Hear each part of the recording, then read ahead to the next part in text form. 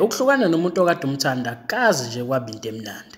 So ngisho ngathiwa benithandane for u-3 months, ngisho ngathiwa u-5 months, ngisho ngathiwa u-10 years. Mangabe senihlukana nje akukaze kwaba into emnandi. So-ke uyaye wenze njani mangabe usubhekene naleso simo? Kade kumnandi nikhiphana, nibuka abantu, niphosta kunjeyaya, manje sekuphelile. So uyaye wenze njani ukuze ungazibulali? Okokuqala nje ngizoqala nje ngikutshela izinto engamele uzenze.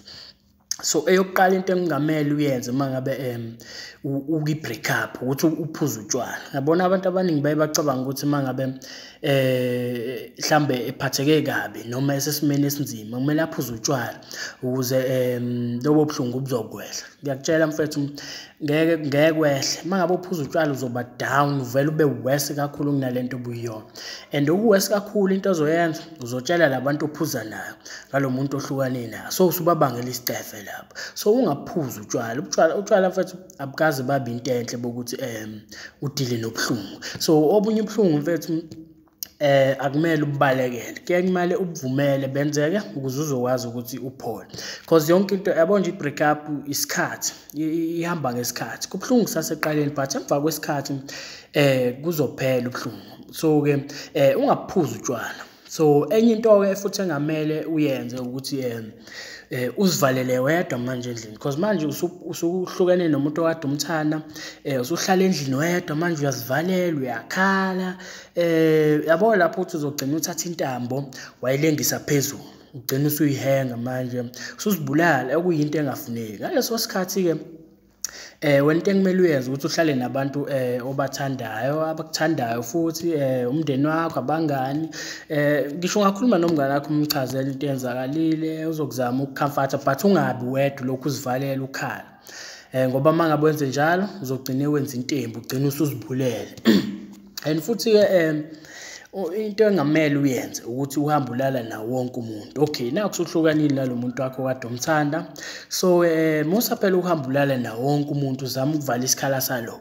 So ngoba mangabe wenze njalo ngeke uzivala, uzohamba ulale nawo wonke umuntu, uzothola izifo futhi kunjalo and uzoba worse kakhulu-ke manje. Still futhi usamkhumbula lo muntu. So-ke ungahambi ulala nawo wonke umuntu because mangabe wenze njalo uzoba worse. Yabona i-break up mfethu yimbi yona because inhliziyo isuke iphakathi lapho. So uyaphuka emoyeni but ukuze mfethu ithuba elihle lelo lokuthi uzakhe wena. Yabona lapho kumele ube selfish ngalendlela ukuthi manje selfish angisho ukuthi uqale manje wenza izinto engasile zokuba selfish no.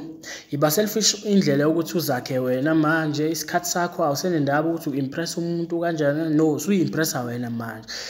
Ushintshe wardrobe yakho mawuthanda but uzinikeza more isikhathi sakho lapho. So mina-ke ngihlukene nethekeni yami engangiyithanda, kwakuwumshado wami lo. So into engayenza nje kwababuhlungu kona but into eyangisiza ngayo ngaqala ukuhamba i-gym.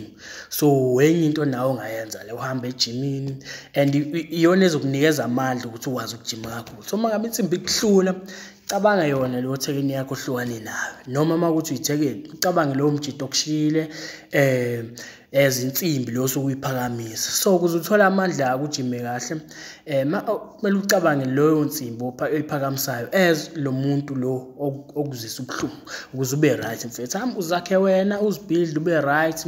Isikhathi sakho leso ukuthi uzakhe wena. So zakhe mfethu, ungaphuzi utshwala, ungazivaleli endlini, ulokhu uba miserable. Akekho umuntu ozokuzwela la because awufuni ukuhlangana ne-ex yakho ngelinye ilanga isisho ukuthi uyabona kwangasiza ngahlukana naye. So kumele mfethu uzakhe nawe abone umuntu ngangathandana nensizwa la.